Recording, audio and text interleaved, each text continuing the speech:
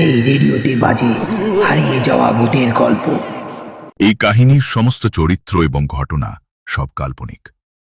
বাস্তবের জীবিত বা মৃত কোনো ব্যক্তি অথবা কোনো ঘটনার সাথে এর মিল থাকলে তা সম্পূর্ণ অনিচ্ছাকৃত এবং কাকতালীয়।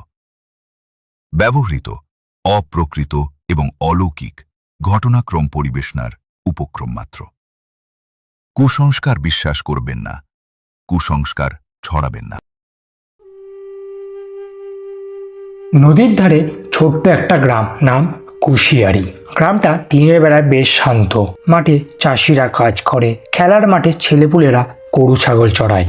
কিন্তু সন্ধ্যা নামলে গ্রামটার চারপাশ যেন অদ্ভুত নিস্তব্ধ হয়ে যায়।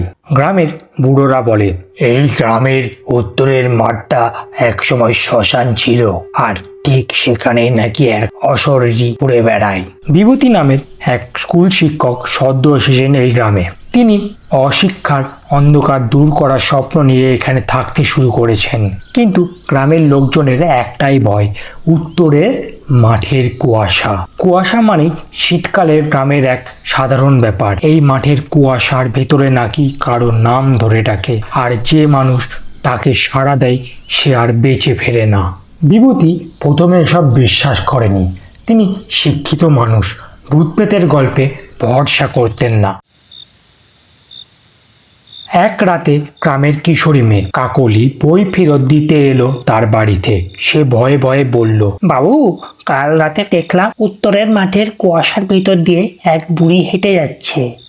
তার হাতে লণ্ঠন, কিন্তু পা মাটিতে ছোঁয়া নেই। বিভূতি হেসে উড়িয়ে দিলেন, কিন্তু মনের ভেতরে কেমন একটা সন্দেহ ঢুকে গেল। তাই রাতে জানালার ফাঁক দিয়ে তিনি উত্তরের মাঠের দিকে তাকালেন। সত্যিই দেখলেন কুয়াশার ভেতরে এক ছায়ামূর্তি ভাসছে, লণ্ঠনের ক্ষীণ আলো এদিক ওদিক দুলছে। পরের দিন সকালে গ্রামের শোরগোল। বাঁশবাগানের ধারে রমেশ মাঝির মৃতদেহ পাওয়া গেছে। শরীরে কোনো আঘাত নেই, কিন্তু মুখটা বিকৃত হয়ে আছে, যেন ভয়ে জমে মরে গেছে। গ্রামবাসী ফিসফিস করে বলল, ওই কুয়াশার ডাকেই গেছে। বিভূতি ঠিক করলেন আর বিশ্বাস অবিশ্বাস নয়, এবার সত্যিটা জানতে হবে।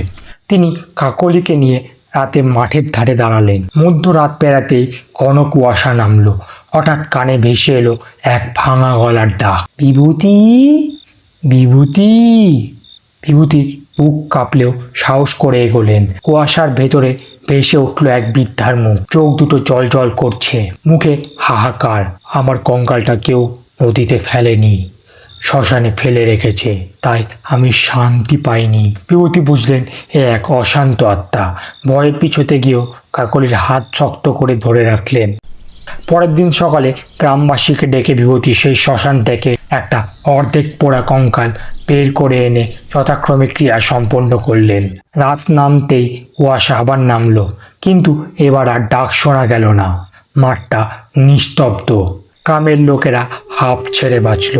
কাকুলি বলল, বাবু, আজ আপনি না থাকলে গ্রামের সবাই ভয়েই মরে যেত। বিভূতি মৃদু হেসে বললেন, ভূত পেট থাকুক বা না থাকুক, মানুষের ভয় সব থেকে বড় অশরীরী।